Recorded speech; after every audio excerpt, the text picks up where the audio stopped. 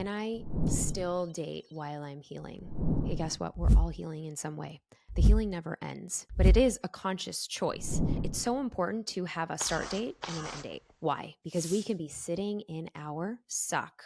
We can be sitting in our pity party for one, as I call in my book, That Suck Now What? And we can be there. We can live there. And a lot of times, if you've ever heard of people getting addicted to their own drama, addicted to their own pain, it's because the pain feels so comfortable because they've sat in the suck for so long, they can't get out. Most of us, however, on the other side of the spectrum, most of us are afraid to sit in the suck because they don't think that they'll ever get out. So most of us need to sit and swim in the suck, swim and bathe in those emotions that have kept us stuck, that have pulled us down, but we can't let it go if we are still tender in that phase. And the only way that you can be raw and real and heal is if you allow yourself to feel. It could be 5 minutes, it could be 30 minutes, it could be an hour a day. This could last for 30 days, 60 days. You set that timer. You set that timer on what feels good. Healing can look different. You may have the fears, but the duality of that is you're going to say yes to the process anyway. Hey loves, do me a quick favor and hit the subscribe or follow button wherever you are tuning into this. It helps grow the show more than you know. Thank you so much again and enjoy. This month we have been braving relationships, but in a way where we are actually braving how to heal from past relationships, breakups, and even divorce.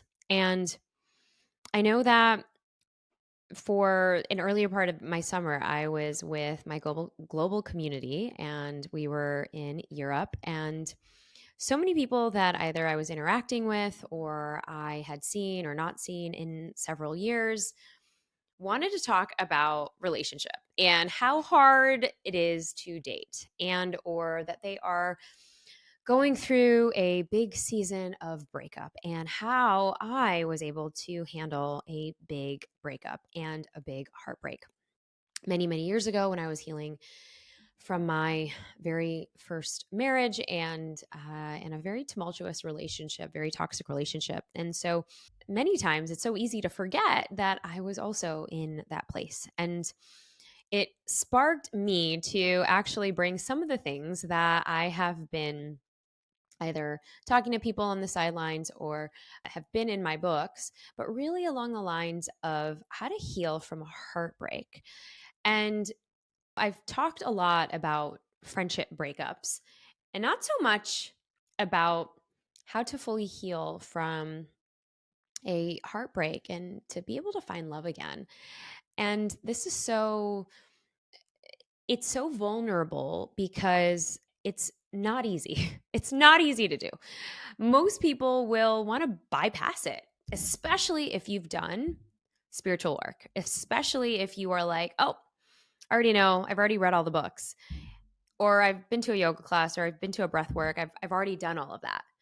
And for me, when I was going through my healing journey several years ago now, over a decade ago, I didn't have some of the tools that I now recommend so wholeheartedly. It was a journey across maybe 5 years. And even then, when Ajit and I got together, I was so committed to all of the personality tests. And we both were doing from the personality tests to the spiritual personality tests to our horoscope, our astrology, our numerology. I mean, we did all of it.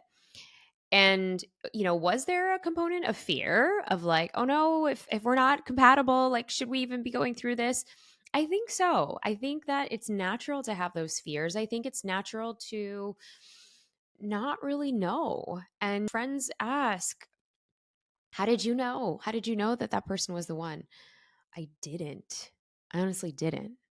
Because when you are starting to open up your heart again, yeah, it is scary. And yeah, you're wondering, is this even right? Like, and then you pay attention to all of those tiny little signs that it might not be right. And I had to really allow myself to, okay, I'm going to feel this. I'm going to feel the discomfort. I'm going to feel the awkwardness. I'm going to feel the weirdness. But this is a big one. Who or what am I trying to call in? as a partner? And what is that vision of the partner that I desire in this next season? So if you are new to dating and you're like, okay, I'm ready to kind of open my heart again. I think I am. I think I am. So here's what not to do. Here's what not to do. Let me just give you that. If you are open to dating, here's what not to do.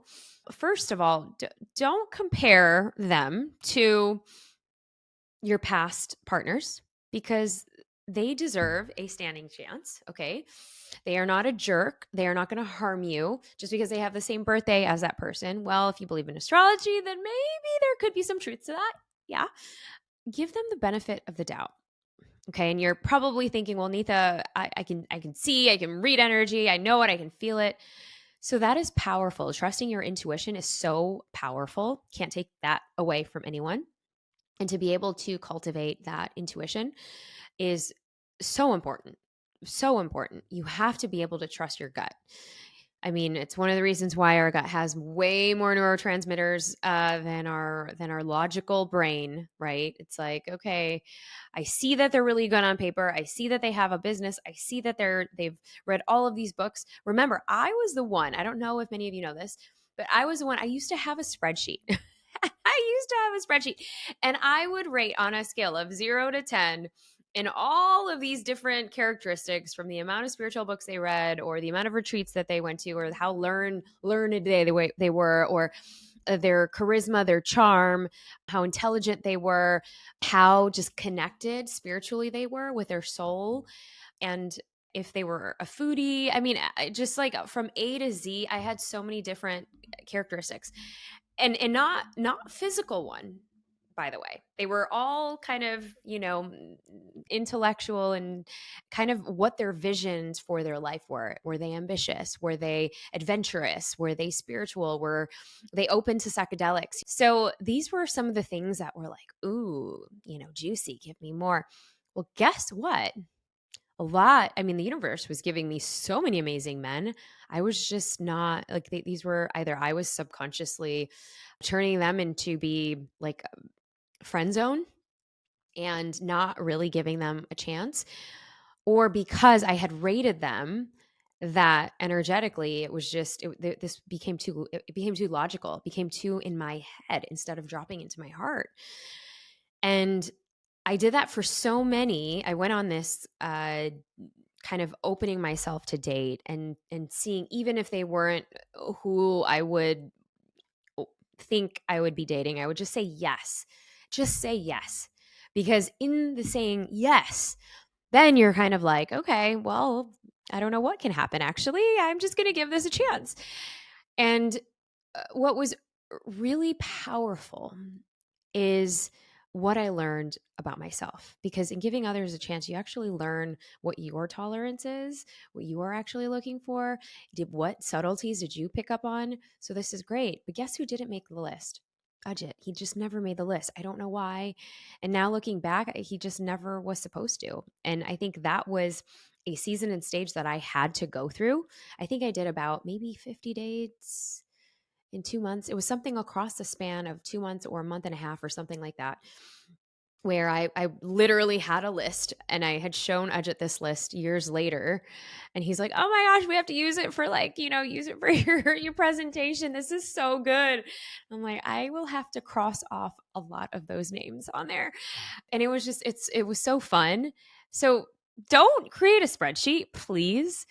Don't judge somebody just because, especially if you're using these apps, don't judge them just because of either the way that they look, the way that they appear.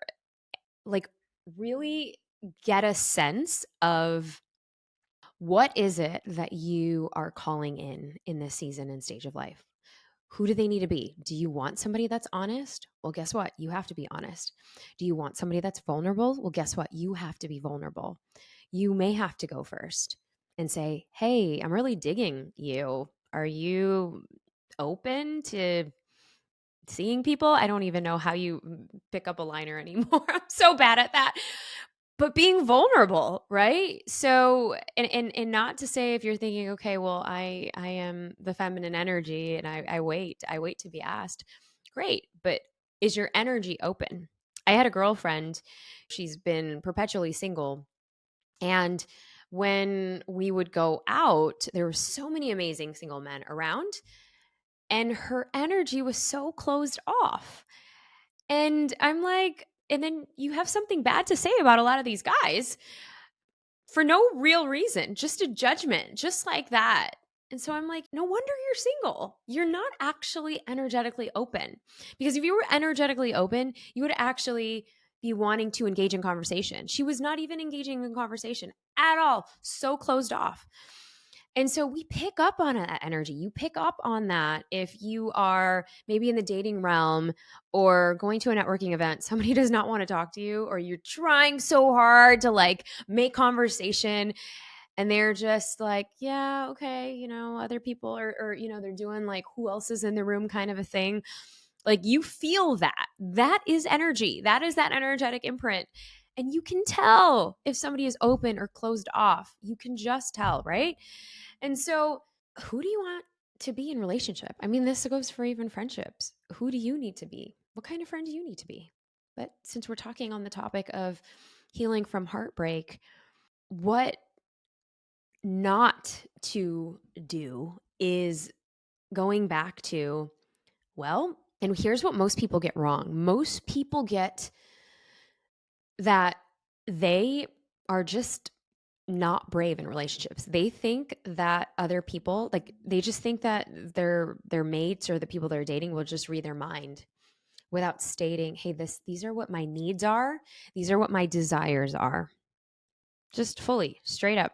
And I know this is so hard because many times, especially if we're coming from immigrant households where everything is like shoved under the rug, you don't have any communication, you don't talk about these things, you don't have clarity. You don't have clarity in what your roles are. You don't have clarity in what the expectation is. At least say whatever you want for dating apps, but at least there is an expectation of, hey, you're going on a dating app either to, hopefully not, but have a one night stand, or to maybe meet somebody and maybe meet a new friend.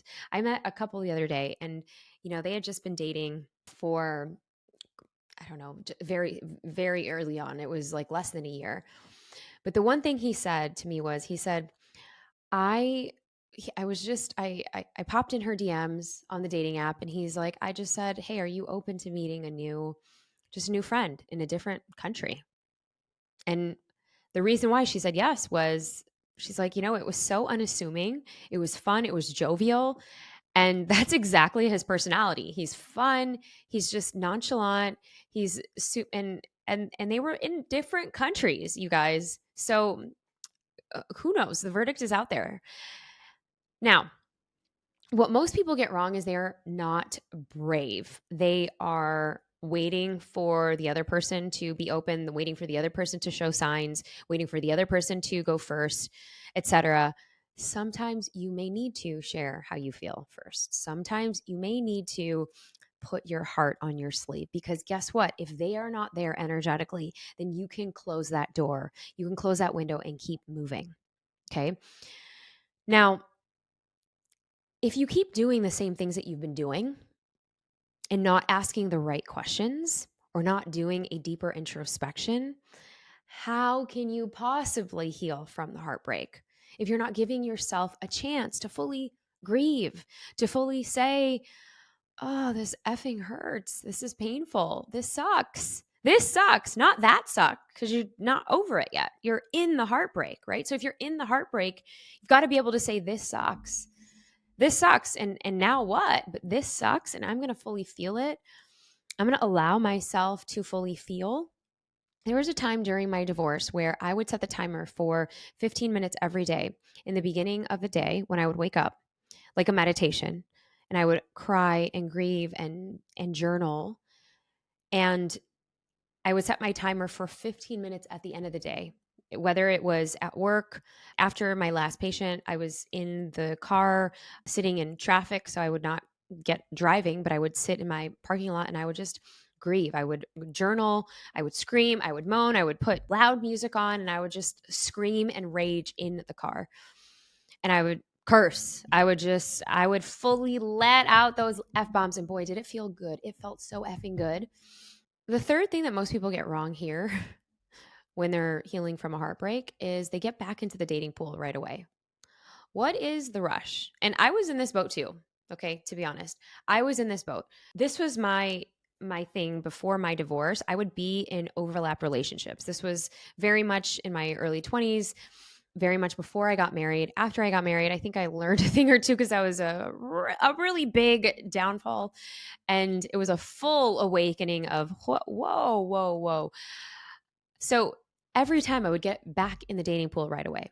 Why? Because I was afraid of being alone. I was afraid of knowing what that would feel like, because that came with the baggage of, opening up the Pandora's box of actually healing from losing members of my family when I was young, or going through other past traumas.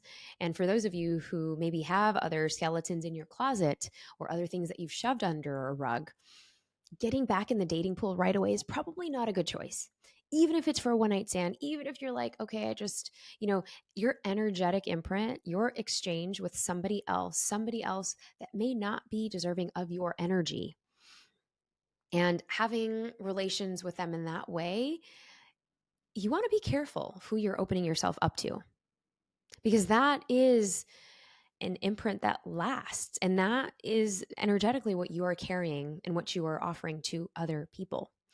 So they get back in the dating pool right away. So you want to really be asking yourself the question, how can I fuel myself? How can I actually date myself? What does dating myself actually even look like? What did dating myself look like when I was a teenager, when I was in high school? Did I actually even date myself? Do you date yourself now? Well, if you're like, wait, how do I even do this? Go to the spa by yourself. Go walk on the beach by yourself. Buy yourself flowers. Adorn yourself. Get yourself that new amazing outfit. Adorn yourself. Love yourself. Look in the mirror and just say, "Oh my gosh, you are incredible. You're magical. You are amazing." What else are you feeling right now? Start to appreciate every aspect of your body. What does healing really look like? When you say yes to healing, what does that actually look like? Because it is going to look different for everyone else. For some of you, it might be ceremonial. For some of you, it might be going to a bunch of therapy sessions or coaching sessions. For some of you, it might just look like raging in a car for 15 minutes in the morning and at night. For some of you, it might look like ugly crying with one of your besties. But allowing yourself that emotional release in whatever way, shape, or form, allowing yourself the pressure valve of opening up that pressure, unlocking the pressure cooker, and just allowing yourself to either fully express, to fully rage, and let go of the emotions. Because guess what? Stuck emotions are stuck energy. And if it's in our body, then guess what? It will penetrate throughout our nervous system. It will cause our nervous system, it'll cause our energy to be sulking. It'll cause ourselves to have these negative thoughts, to swim in doubt, to simmer in resentment, to hold on to triggers and the way that we were doing things in the past, where the what ifs, the shoulda, woulda, coulda, instead of just letting it all go. Allowing yourself to step into that frequency of, all right, who am I attracting now? What am I looking for now? But healing is going to look different for everyone. It's going to be messy. It's going to be dirty. It's going to be ugly. It's going to not be in a perfect linear path. It's going to be different, but say yes to it, because the journey of that healing process, maybe it's starting for you today. Maybe you're like, all right, I'm going to pick up a book. You can pick up one of my books, That Suck Now What. You can pick up Emotional Grit. You can go on thatsucknowwhat.com. You can get one of these cards, my 52 card deck. Let's actually read one of the cards that is actually here today that I have. Ooh. I know my dreams are greater than any lingering fears that I have. They are part of the process. I am taking risks, knowing that I'm holding my fears and cherishing my journey. I'm holding my fears, but I'm cherishing my journey. I'm going to say that one more time. I know my dreams are far greater than any lingering fears I may have. So this is so powerful because healing can look different. You may have the fears, but the duality of that is you're going to say yes to the process anyway. I've also gotten the question, can I still date while I'm healing? Hey, guess what? We're all healing in some way. The healing never ends, but it is a conscious choice. It is the choice where you get to say, can I open myself to love again? Even if my heart is still tender, even if my heart is still raw, even if there are times that I think about the last relationship and how it didn't work out and all of the other things that go around that, or I had big dreams and then it just kind of crumbled, or I don't know, I feel like I'm one step in and one step out. Bring yourself back to the vision of who that is. What are you, or who are you looking for? Who are they? What are their qualities? And if you're not looking for love right now, if you're just like in the rawness of the heartbreak, be gentle with yourself. Have compassion for yourself. Be gentle because maybe some days you may be okay in wanting to see friends. Maybe some days you want to just keep it to yourself, and that's okay. Allow yourself, whether it's 30 days to fully be emo in whatever way, but it's so important to have a start date and an end date. Why? Because we can be sitting in our suck. We can be sitting in our pity party for one, as I call in my book, that suck now what?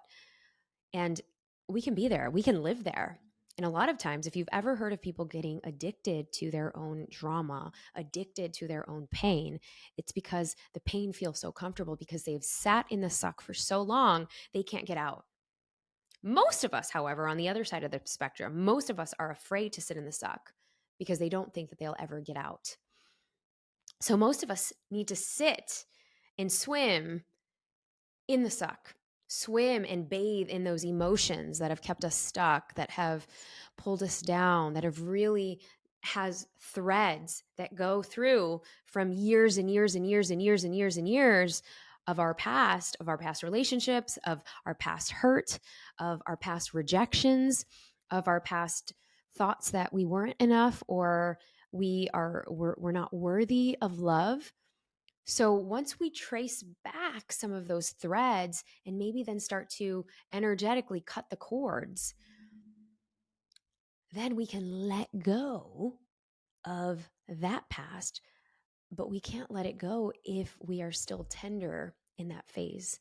And the only way that you can be raw and real and heal is if you allow yourself to feel. It could be 5 minutes, it could be 30 minutes, it could be an hour a day. This could last for 30 days, 60 days. You set that timer. You set that timer on what feels good. Maybe it's 2 weeks and then you revisit in 2 weeks. Maybe it's a month and then you revisit in a month. And I'm curious for you who have set timelines, what felt really good? I know that for me, after the biggest heartbreak that I had, I said yes to random dating after maybe a couple of months of kind of going into my tumultuous divorce, but I wasn't really in it. I just did it because I had girlfriends that were like, come on, you need to see somebody, you need to meet somebody. So I did. But energetically, was I there? No. Was it kind of a waste of time for me? Yeah. Because I felt bad for the other person. I don't think I even gave them chances because I wasn't energetically ready. I was energetically closed off. And honestly, my divorce, it probably took 9 months for the whole thing to be completely solid and closed. I know that for some of you, you go through divorces that can take years and years. And I know there is an energetic closure when you get those divorce papers, when it's signed and sealed and true and done. And for me, it was 8 to 9 months. It was 9 months to the date later. And after that, it was like, oh, that window is closed. That chapter is closed. I can finally, maybe open myself to it. But to be honest, I wasn't really ready. I was actually ready to fully date myself. And that's when I had some extraordinary male friends that came into my life as guides, as friendships, as just people that treated me like I was valuing myself, that I was also loving myself. And I was like, oh, I'm whole and complete. This is great. This is awesome. And it was only probably maybe a year into that phase, I was open to just casually opening things up. And when I mean casual, it was, okay, fine, sure, I'll go on a date with this person. I wasn't in any long-term dating. I was open, but I still was like, ooh, heart was shielded and heart was just kind of in that phase. So if you are in that, if you are like 1 foot in, 1 step out, test and tender to your heart, test and see, say yes. Maybe there will be phases of that, but go at your own pace. Don't let anybody else guilt you into seeing someone, and because you'll know when you're ready. And also, maybe have an open mind. Every time somebody has shared to, have an open mind about something, it's we have to say yes to the opportunity of life, because you never know. If I didn't say yes to the opportunity that one of my friends from the book club that I had created, and it turned into this women's group, if I didn't say yes to this thing called A-Fest, I wouldn't have gone. I wouldn't have met my now partner, Ajit. We met during that time, but he was newly married. And I was just introduced because we were only like 4 brown people at the whole event. And we didn't even keep in touch. We didn't really know each other. We just kind of waved hi, as you would in a container of a personal growth event. And then I would meet him 2 years later. Crazy. I would meet him 2 years later. So were we introduced? Yeah. And so, and even that, I would meet him 2 years later, but it's not like we started anything. No, we were just, it was like a, hey, hi, hello. And so you never know who you're going to meet. You never know that maybe energetically you might meet somebody, but it might not be the right timing. So say yes to those opportunities, because you just never know. But tend to your heartbreak and allow yourself to fully feel, allow yourself to fully have a vision of who you are looking for. Maybe create that vision board. And also, do you know who you need to be in order to attract that relationship? I will leave you with this. Who do you need to be in order to attract the relationship that you are longing for? So, like I said before, do you need to be vulnerable? If you want somebody that's vulnerable, emotionally available, do you need to be emotionally available? If you're actually avoidant in relationship, if your attachment style is avoidant, do you need to actually practice that for yourself? Or do you need to be okay with being alone because you are needy in relationship?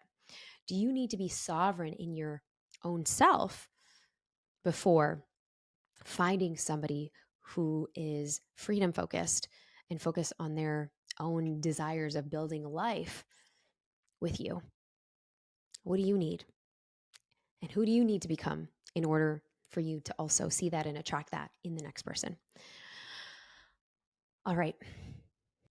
I hope this gave you immense clarity and immense perspective shifts. I always love bringing this and these conversations to the Brave Table. What would you add?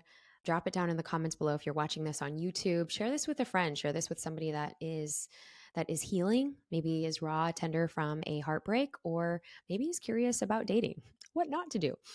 I will see you next time. Don't forget to be just a little bit more brave. And if you love this episode, share, tag us on the Brave Table, tag us on socials. We would love, love, love to hear what you are going through and what really sparked or ignited you in your healing journey. I will see you next time.